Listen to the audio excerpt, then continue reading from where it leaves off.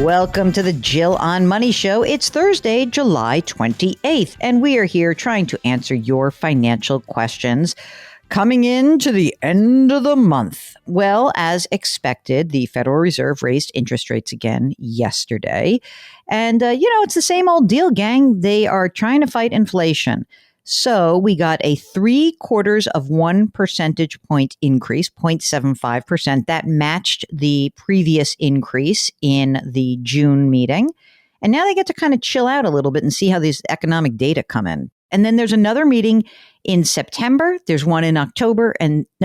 There's one in September. There's the first couple of days of November and then December. So there's only 3 meetings left in the year. That kind of makes me think they are going to be looking at, we'll see, because we didn't get any projections this time, but let's say that they did half quarter, or I don't know. We'll see how hot inflation is running by the end of the summer. But it's really interesting to see how they are viewing this, because clearly they started late. If anyone wants a little bit more of a deep dive on that, I talked about that with Major Garrett on his show. We ran that over this past weekend. But, when you are looking at this range, 2.25% to 2.5%, fascinating. That's where our previous rate hike cycle ended in December 2018. And we are going beyond that. I think we're going to get probably to another full percentage point, maybe 1.25%. So we'll see. Anyway, today, Thursday, we get the first estimate of GDP for the second quarter of the year. Now, just a big, deep breath, gang. GDP is the way that we measure the economy. So we'll see what it says. It's probably going to be flat-ish, maybe down a little. We'll talk more about that tomorrow. For our beautiful broadcast today, let's do some emails, okay? This is from Noreen, who says that she's been listening to the podcast for a number of months. She said, I used to love hearing you periodically on my morning commute over the years. Oh, so she's like a radio who moved into podcasting, Mark. I love that. I love that crossover. Noreen wants to know about when to take Social Security. She says, I noticed that you never seem to push people to wait for Social Security past their full retirement age and wait till age 70. Is she sure she's listening to Jill on Money? I was just going to say, we often talk to people about waiting until 70. Maybe you just haven't gotten to those shows. You're going to have to listen to the back catalog. The only reason we don't is when we think there is some need for income. So a lot of people who retire early, they may not have a ton of money in non-retirement assets. And so we want there to be an opportunity to get some income and not spend down their liquidity.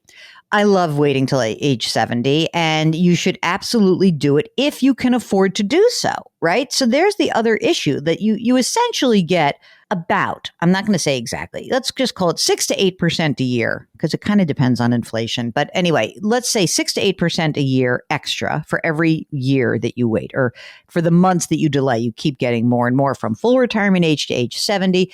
It's a fantastic idea. Again, presuming you can afford to do that.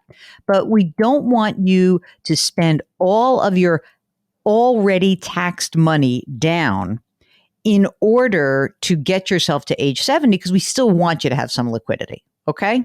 Bob wants to know about a lump sum versus monthly payments. Okay, here's the situation. Lump sum would be $871,000. Monthly, $5,600 a month, with no cost of living adjustment.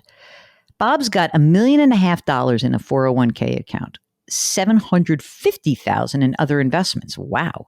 Wife has her own very good military retirement pension and savings, and Social Security will be about $4,000 a month. They need $100,000 a year for living expenses. He's going to be 69 when he's going to make this decision between lump sum or monthly. So here's a question. So I would ask a couple of things. Number one, I know you don't have COLA. What would happen if you dropped dead the day after you elected monthly? Would your wife get the stream of income? Is that so? In other words, are you giving me the monthly amount of $5,630 a month, which is joint and survivor, or is it your life only? That is a big question. If it's joint and survivor, I'm inclined to do the monthly, because then you're basically done. Essentially you'll have between your monthly and her military pension and savings and Social Security and all that, you'll be all set. But if it's just your straight life, I'm more inclined to do the lump sum. Megan in quotation marks, I'm kind of guessing that Megan, not the name. Megan says that she and her husband, they're in their 30s. They make about $300,000 pre-tax. Kids, 3 of them, all under the age of 10. Rollover IRA, 120 grand. Roth 401k, 5 grand just started. Roth IRA, 46,000. Brokerage, 60. Cash emergency, 35. HSA, 17. And 529s, 55 grand. That's awesome. Okay. They cash flow roughly 10 grand a month. We really like real estate. We'd love to eventually quit my full-time job and only do real estate investing. Cool. Okay, my husband would keep his job, which is essentially half of our income. We own 3 properties. You ready for this, Mark? Primary home, 900 grand, and there's a mortgage with about 400 on it.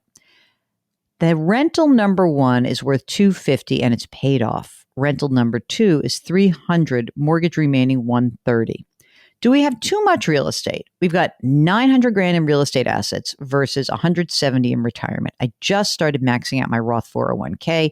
My husband doesn't have any retirement option at work, and we can't do Roth IRA contributions because of our income. How do we add to retirement funds? Ideally, we'd like to buy another property in 3 to 5 years. We'd love your thoughts on the balance of assets and if we should be doing something differently. Thank you so much. I love listening to your show on my way to and from work. Okay.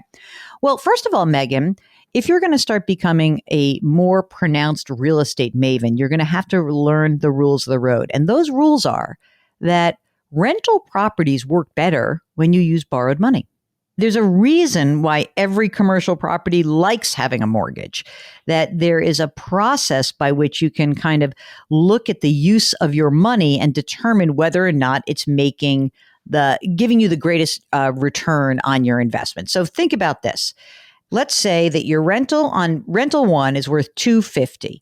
And let's say you get $1,700 a month, of which $700 a month is all of your expenses, which means you're clearing $1,000 a month or $12,000 a year. So if you look at $12,000 a year on a $250,000 investment, it's not bad. It's like, all right, that's pretty decent, but there's all sorts of depreciation you can build in. There's lots of goodies that we can cook in here, and it works better when you have a mortgage. It really does.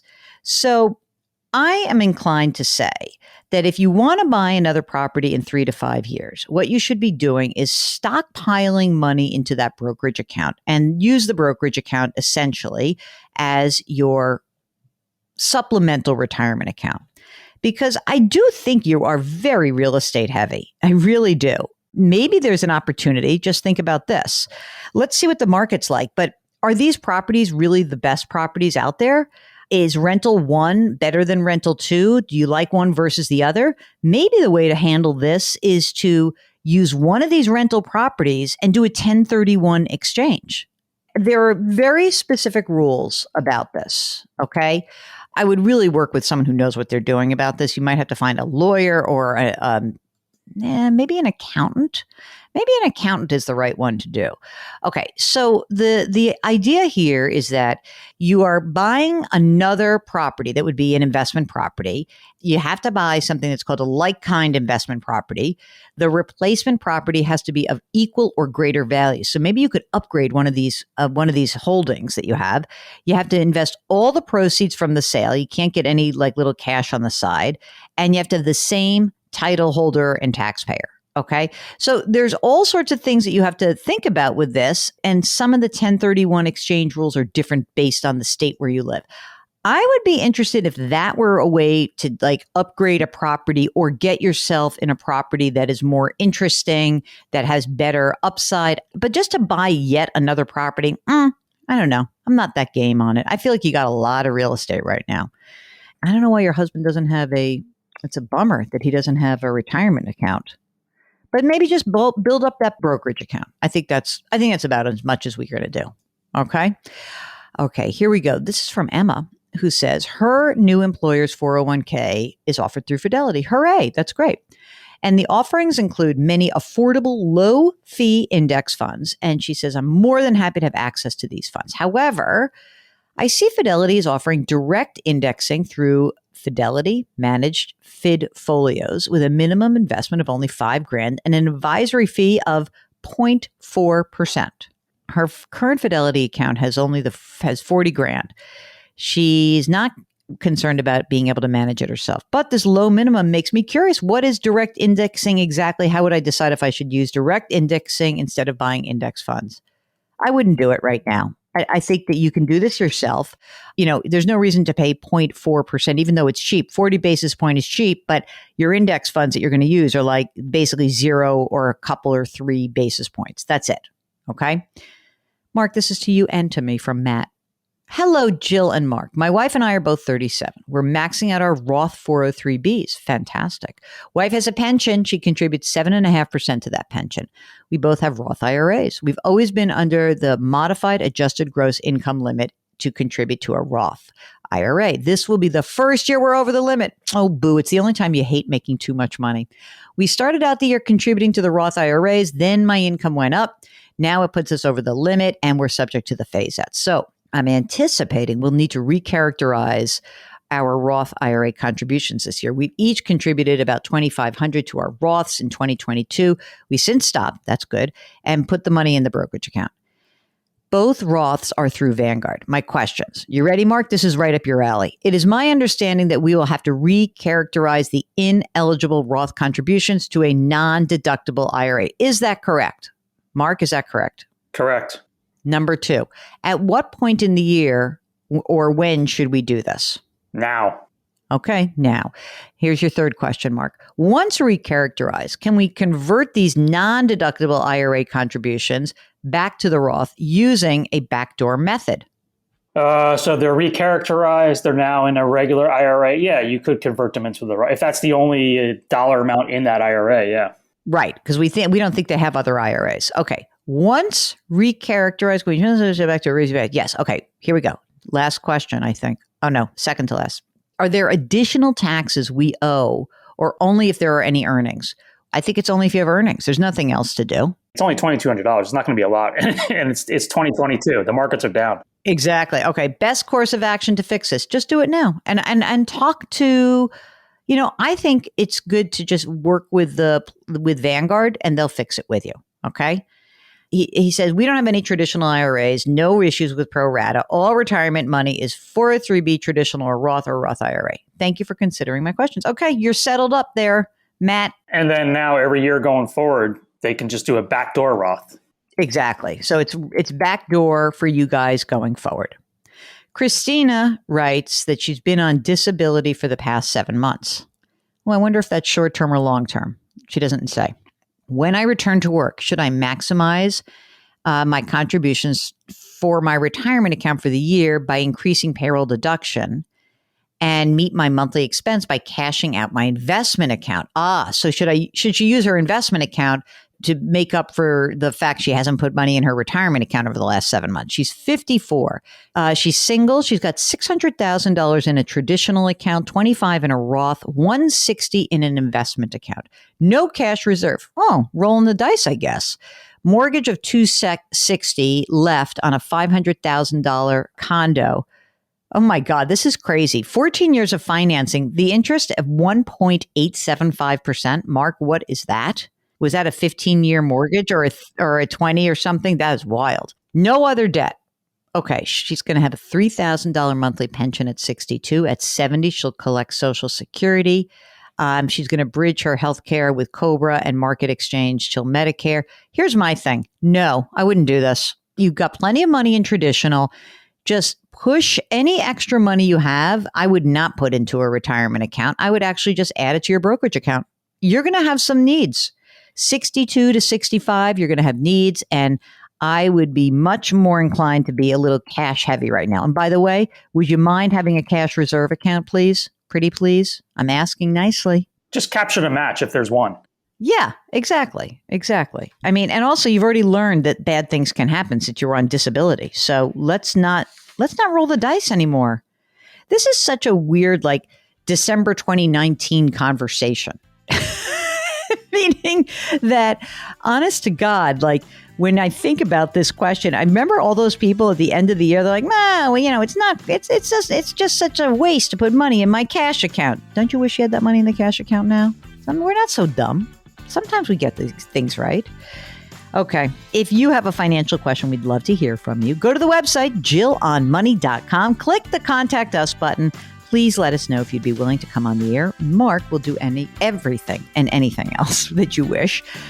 Try to subscribe to our sister broadcast. It's called Eye on Money. And sign up for the free weekly newsletter. Please do something nice for someone else today. Grit, growth, grace. We'll talk to you tomorrow.